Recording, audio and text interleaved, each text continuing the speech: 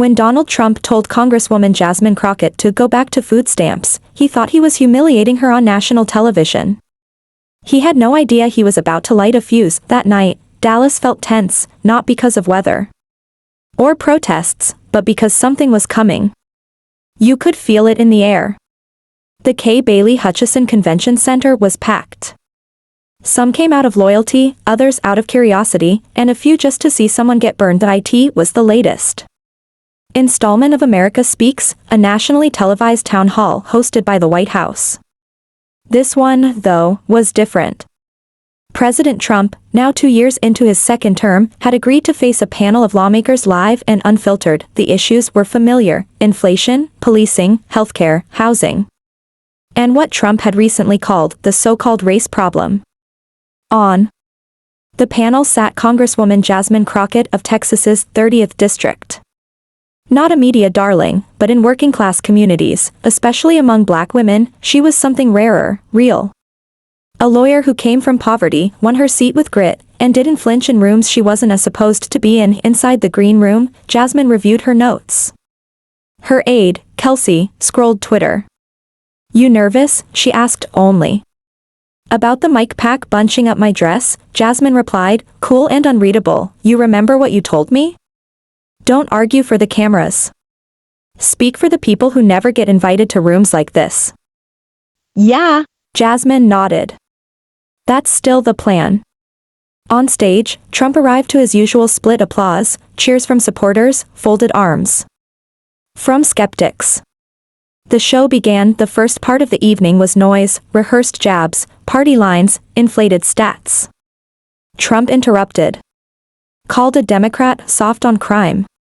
But when Jasmine finally spoke, the room leaned in. "The problem," she said, "is that while politicians argue over stats, people are deciding between insulin and rent. So let's not pretend we've fixed anything." Trump looked at her like a lion eyeing slow prey. "And what's your solution?" he smirked. "Start by not cutting the programs that keep people alive," she replied. "Maybe listen before you laugh." Applause. Some boos. But mostly, the sound of people waking up. Then came the pivot to welfare. Trump leaned forward. His tone shifted. "Let's talk about food stamps," he said. "We've got people making more staying home than working. That's not policy, it's un-American." Another GOP lawmaker chimed in. Jasmine didn't flinch. "You ever known someone who stayed on food stamps by choice?" she asked. "Where I'm from, assistance isn't a lifestyle, it's a lifeline." Trump leaned back in mock amusement. "Well, Jasmine," he said, his voice dipped in sarcasm, "you'd know more about that than anyone else here, wouldn't you?" The audience stiffened. Then came the blow. "Maybe you should go back to food stamps," he said. "You seem to know them pretty well." Silence. The kind that grabs your spine. Even the control room froze. The moderator sat stunned. Someone in the back whispered, "He didn't just say that." Jasmine didn't blink. She didn't yell. She didn't break. Instead, she let it sit in the air, sour and undeniable. Then she spoke. "My mother worked 2 jobs, she said, voice steady. A nursing home by day. Offices by night. We still needed food stamps, because minimum wage didn't pay for groceries, rent, and light bills." The room leaned in closer. She didn't want pity. She wanted a chance. "That chance came from a card that helped her feed me.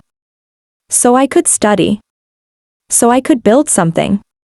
Trump shifted in his seat. "So if you're trying to shame people who've needed help," she said, "you're not attacking laziness. You're attacking survival." Applause erupted. The clip went viral. But more than that, something shifted, because Jasmine Crockett didn't just defend herself. She made millions of Americans feel seen. And Trump? He didn't see that coming. "Just say that," Jasmine Crockett replied, calm and unshaken. "But don't do it thinking you're humiliating me. Because you're not. You're reminding millions of Americans how hard they fought with nothing, and how far they've come." Silence hit like a wall. Then the applause came. Loud. Sustained. A few people even stood. Even some conservative viewers later admitted they didn't agree with her politics, but they respected how she held the room. Trump gave a tight grin and offered a slow, sarcastic clap. "You're welcome," he muttered into the mic, trying to turn it into a joke, but it didn't land. He'd swung low and handed Jasmine the most memorable moment of the night. On Twitter, the clip went viral before the show even hit commercial. Hashtags exploded, hashtag Crockett clapback, hashtag proud of food stamps. Jasmine didn't smirk, didn't gloat. She took a sip of water, faced forward, and stayed focused. Across America, in break rooms, on porches, in crowded kitchens, people watched her speak truth without flinching, and when Trump told her, "Maybe you should go back to food stamps," the mood shifted, not just in the room, but in the memory of everyone watching. Even the moderator froze. The control room didn't cut away. A woman in the front row clutched her purse tighter. Her daughter had used food stamps to her. This wasn't a jab at Jasmine. It was an attack on her family. Backstage, Jasmine's aide was flooded with messages. Did he just say that? She better respond. But Jasmine didn't rush. She didn't react with rage. She looked at Trump, not angry, just steady, then turned to the people who mattered. "You know what's wild?" she began. "The thing you just tried to use to shame me? It's the very thing that helped me survive."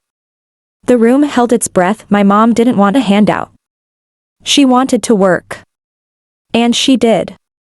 But when rent eats half your paycheck and childcare eats the rest, what are you supposed to do? Let your kid go hungry? She looked around. That's what food stamps were for. Not for laziness, for survival. For dignity. For people who work full-time and still can't afford the basics.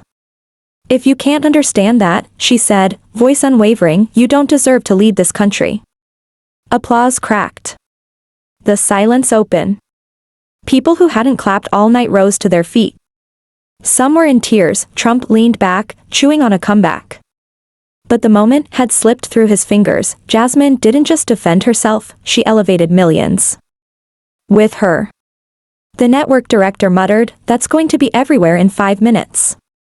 And it was on TikTok. Teens called it a masterclass in grace under fire. On Facebook, grandmothers wrote essays about grocery lines and hard years. Cable news lit up. Some called it a clapback.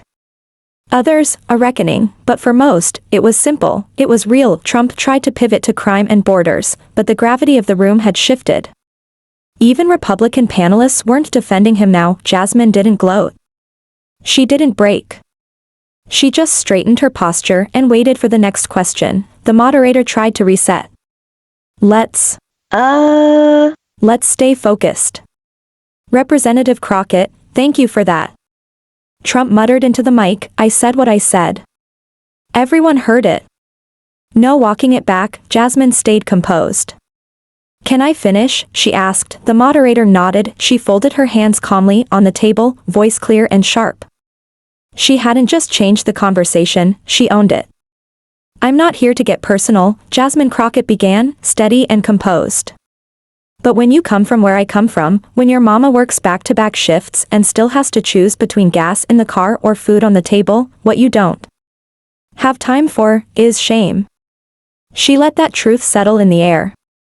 "People love to talk about food stamps like there's some kind of moral failure," she continued. "But no one wants to talk about the companies paying starvation wages, or landlords hiking the rent overnight, or how childcare now costs more than some people earn in a month." Across the panel, a young Republican congressman in a too-tight gray suit cleared his throat. "We understand that poverty is complex, Representative Crockett, but what?" she asked, turning toward him. She didn't raise her voice. She didn't need to. "You understand poverty," she repeated, "but you call cutting food stamps fiscal responsibility. You tell people to work harder but never mention wage theft, inflation, or broken systems that keep families trapped generation after generation." The room stilled. It wasn't awkward. It was electrified. A woman in the second row whispered, "She's not just talking, she's preaching." And she was. Jasmine looked down, briefly. like she was remembering something only she could see. Then, she looked up. My mom passed away 3 years ago. She didn't live to see me sworn into Congress, but she saw me graduate law school. She watched me win my first case.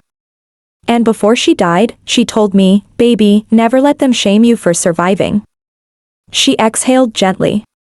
That's what this is really about. Survival. Dignity. And the fact that every day in this country, millions of people, black, white, Latino, Asian, wake up and push through things most of you wouldn't last a week in. There was no applause. Not because it wasn't powerful, but because people were still absorbing it. Even Trump didn't interrupt. His gaze drifted from the lights above to the floor below. He wasn't the center of the moment anymore. Jasmine had moved the conversation somewhere bigger. She turned, not to the cameras, not to the moderator, but to the crowd itself. The people in folding chairs. In church hats, work boots, fast food uniforms. "You are not a punchline," she said. "You're not a statistic. You're not broken. You've just been told the same lie over and over until you believed it." And then came her final line, the one that would echo far beyond that stage. "So when someone tries to use your struggle to silence you, don't let them. Use your story to remind them you're still standing." The room erupted. Unapologetic applause. Standing ovation. Tears. Silence broken by power. In that moment, Jasmine Crockett wasn't just a congresswoman. She was a mirror for every American who had ever felt small for needing help. She delivered grace without asking permission, but the real storm was just beginning, outside the walls of that auditorium. By the time the town hall returned from commercial, the internet was already on fire. On X, formerly Twitter, a blurry 37-second clip, screen recorded straight off someone's TV, had racked up 3.2 million views.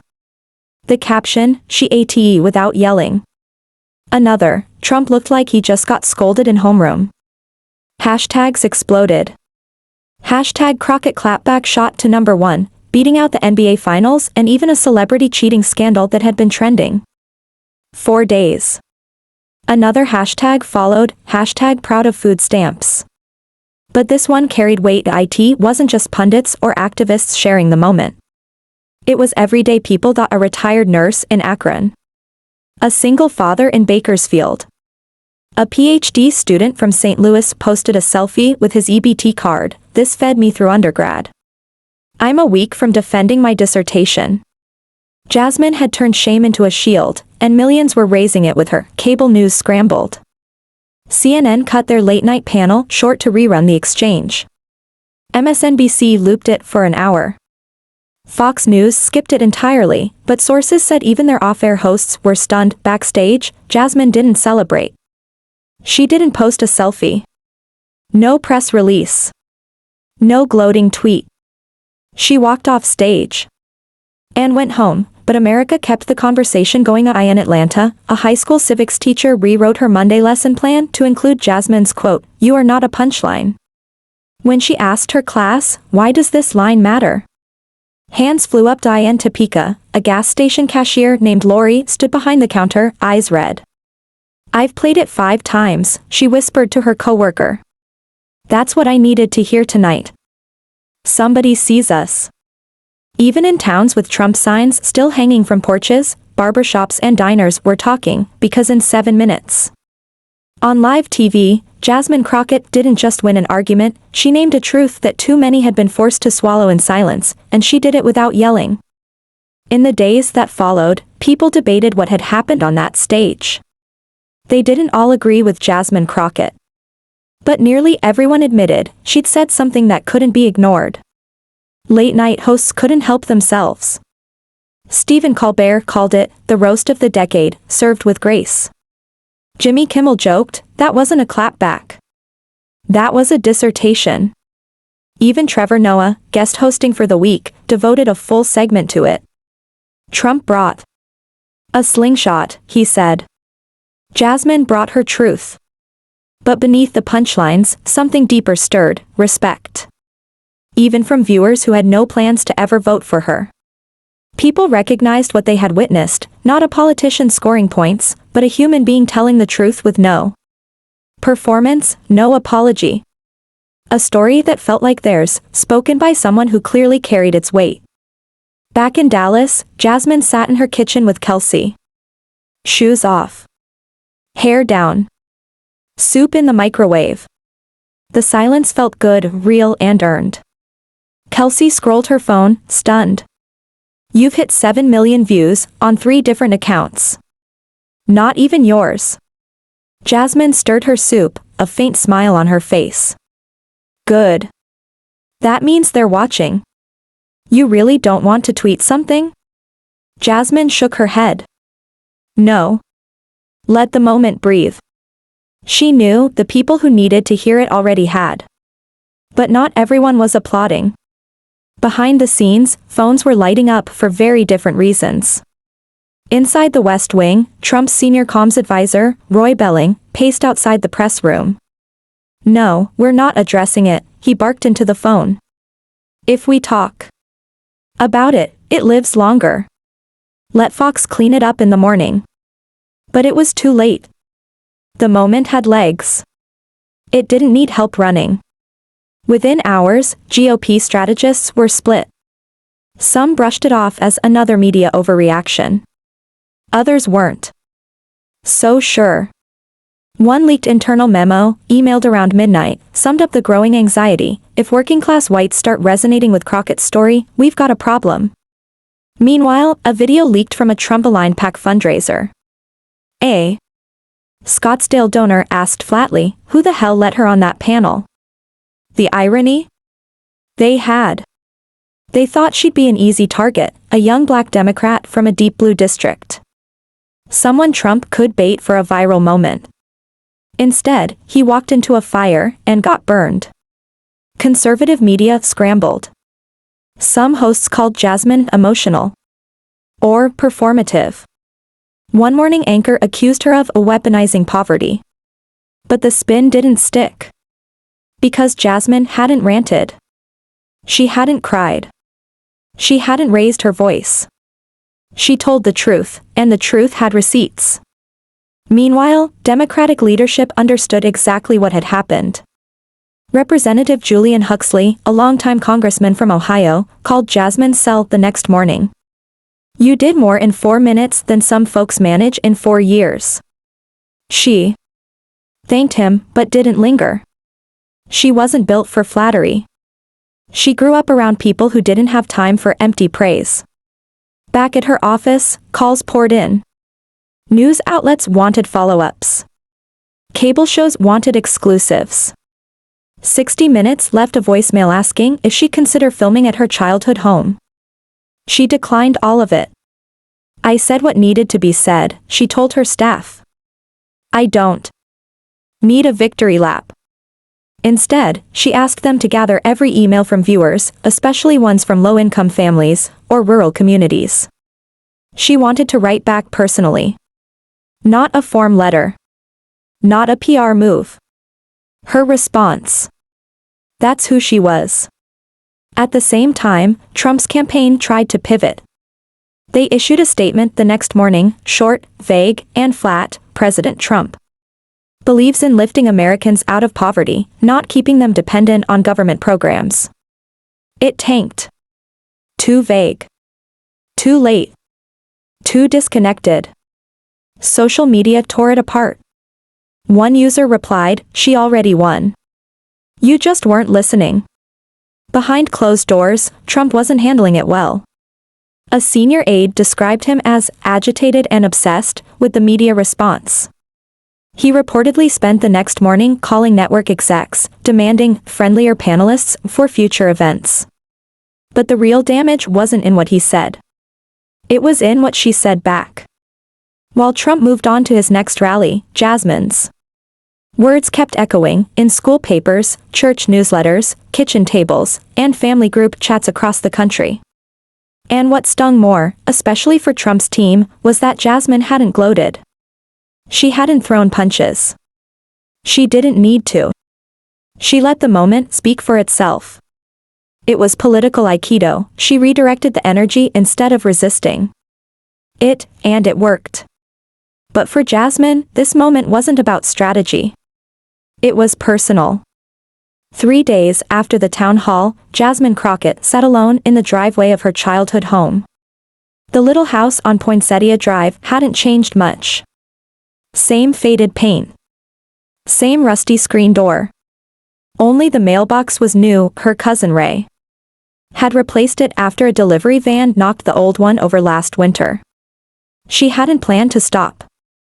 She just meant to clear her head.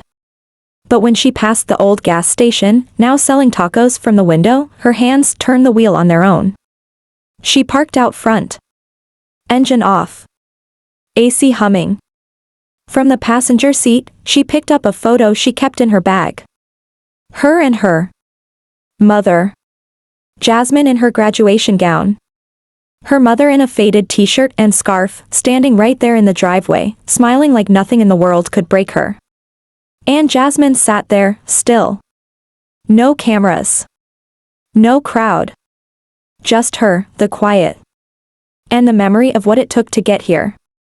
Smiling like she'd just watched the whole world bloom, that smile had gotten them through everything. Her mother, Dolores, had worked since she was 17. She never finished high school, but she never let Jasmine miss a homework assignment. Even on the nights she was too exhausted to cook, there would be hot grits, toast, and eggs on the stove before school. They never called themselves poor.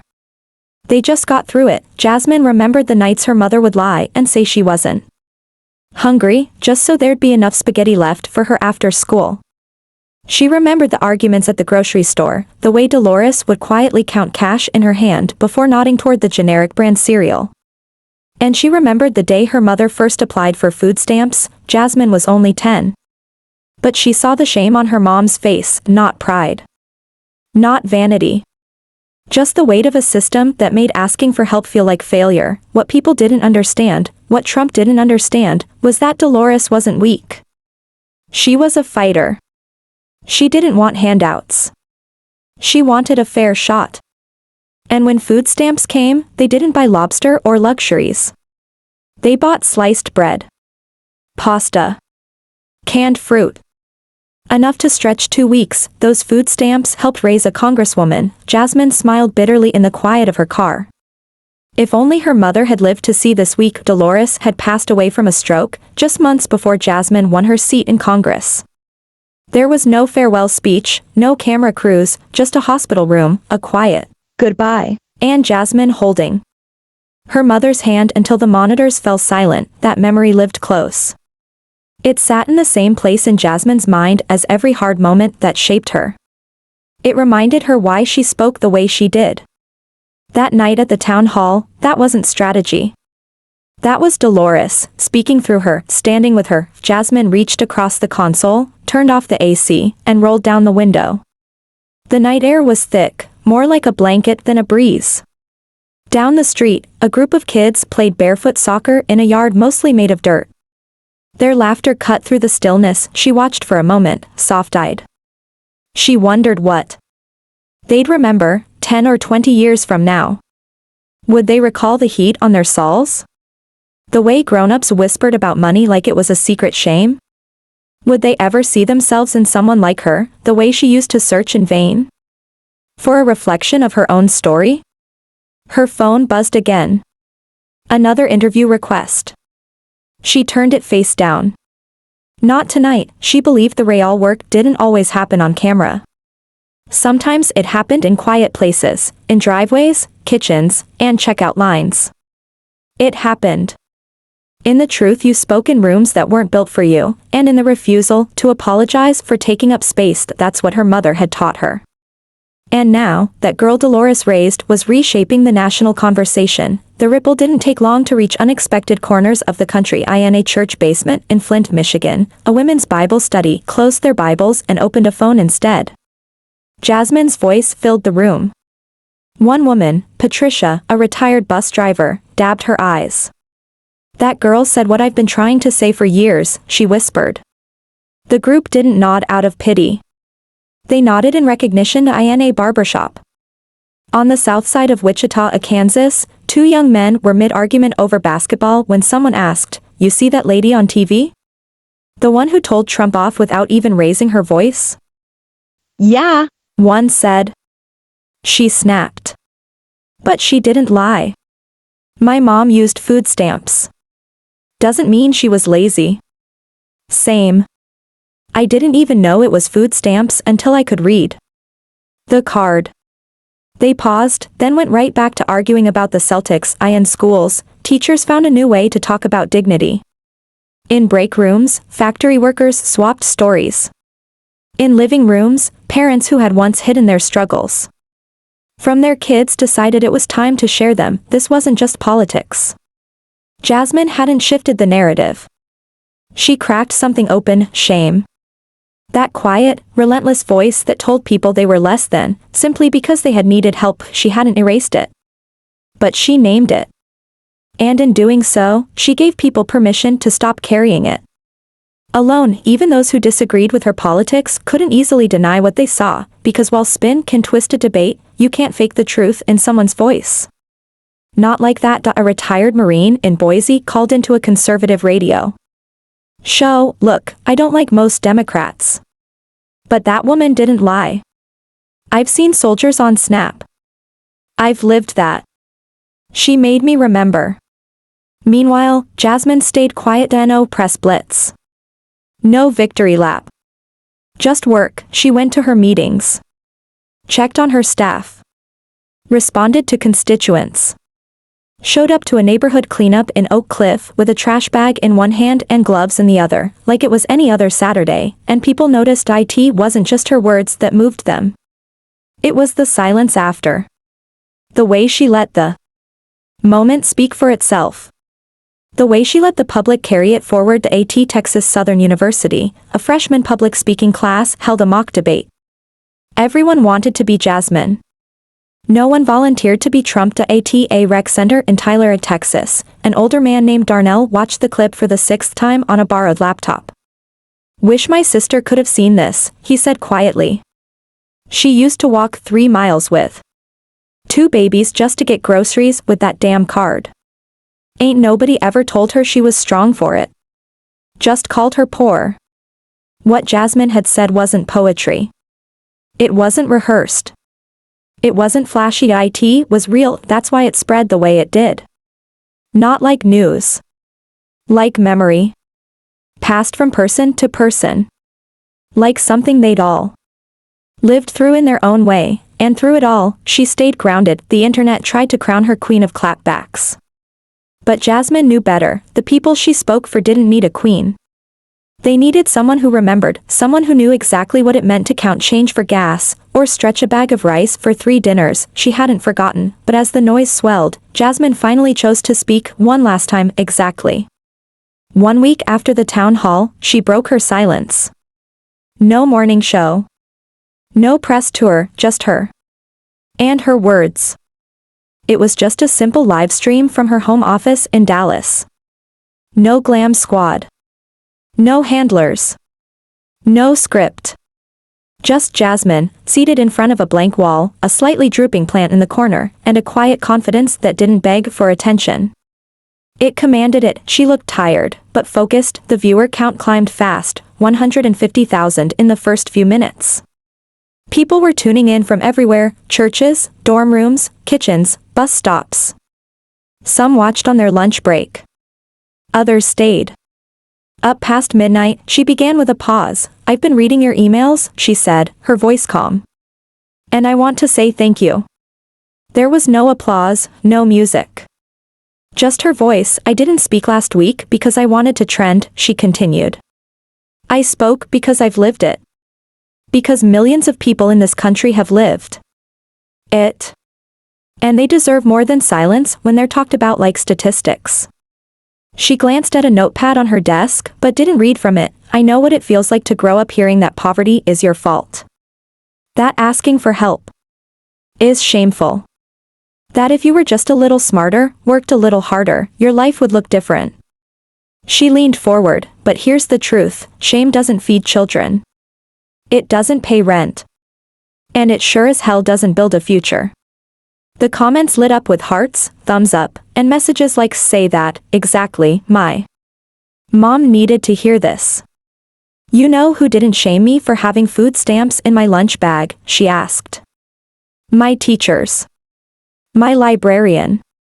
My friend's mom who used to sneak me extra snacks." She smiled faintly. "They saw me. They saw through my situation. That's what we need more of." Then her tone shifted, steady and unflinching. "I'm not here to fight over sound bites. I'm not interested in social media trophies or cable news panels. I care about the people who are one flat tire away from a disaster. The single dads making breakfast with coins. The grandmas raising grandkids off Social Security checks." She looked straight into the camera. "This isn't about Trump. It's about truth. And I'm not here to win arguments. I'm here to tell the truth until people stop pretending they don't see it." Her voice was quiet, but unshakable. "So if you're watching this and you've ever felt small because someone mocked where you came from, if you've ever sat in a parking lot with groceries you paid for using a government card and felt like you had to hide it, hear me loud and clear." She paused. "You are not a punchline. You're a possibility." People clapped from there. Couches. Screens lit up with crying emojis. Comments poured in. "I needed that. My son needed that. Just showed this to my daughter." She ended as simply as she started. "I'm not perfect. I mess up. But I will never stop speaking. For the people who made me. The people who got me here. The people still waiting for someone to speak up without apology." She looked into the camera one last time, not with swagger, but with a promise. "Y'all keep going. I'll meet you there." And then the screen went black. No music. No donation links. No slogans. Just silence, the kind that meant something. Had landed. In the hours that followed, her words traveled fast, not because they were rehearsed, but because they were real. Jasmine Crockett hadn't just defended herself. She'd spoken for people who'd been called weak for needing help, laughed at for holding EBT cards, or made to feel invisible in the rooms they kept clean but couldn't afford to sit in. She gave them a voice. She reminded the country that truth, when spoken plainly, doesn't need a microphone. By week's end, something had shifted. Not loudly, but noticeably. In Spokane, Washington, high school teachers added her town hall clip to their civics curriculum. They paired it with lessons on poverty, public policy, and dignity. One student said, "She didn't sound like a politician. She sounded like my aunt." In Macon, Georgia, a local food pantry taped her quote, "You are not a punchline. You're a possibility." Above the exit door. One elderly man paused to read it, then took a picture before walking out. In Columbus, Ohio, a single mom named Tasha told her sons, for the first time, about how she survived her last year of college on food stamps. She'd been ashamed of it. Until now, even in towns where Trump's support stayed strong, the mood changed. People still supported him. But they couldn't deny something about what Jasmine said had stuck. It wasn't political theater. It was a human truth. At a diner in Sioux Falls, two older men watched her clip on TV. "I don't agree with her politics," one said. "But she's got guts. I needed help once too, after my divorce. Didn't feel good, but it kept me alive." The other man just nodded. Same. Back in Dallas, Jasmine stayed grounded. No new title. No Senate run. No book deal. She showed up. She sponsored legislation. She went to schools. She cleaned up neighborhoods with a trash bag in one hand and gloves on the other. Over the next 10 days, her office received more than 40,000 messages. She read as many as she could. One came from Mississippi. "I've kept quiet my whole life about the years I was on assistance. But now I say it out loud. Because you showed me there's nothing to hide." That was the legacy. Not applause. Not headlines. Release. A release from the quiet shame people had carried for years. Dignity isn't determined by income. Surviving a hard season shouldn't bring shame. And sometimes, the most powerful thing you can do is tell your truth in a room that was never built for you. Even her critics admitted, something had shifted. Because this wasn't about Trump anymore. It was about the millions who, maybe for the first time, saw someone like them standing tall. Shoulders back. Honest. Unapologetic. The IT didn't take a grand speech. Just a pause. A breath. A decision not to shrink in the face of disrespect. Jasmine Crockett didn't ask to be a symbol. She just refused to be made small, and in doing that, she helped others stand taller too. If this story moved you, even a little, share it. Stories like this don't need a spotlight. They just need someone willing to keep them alive.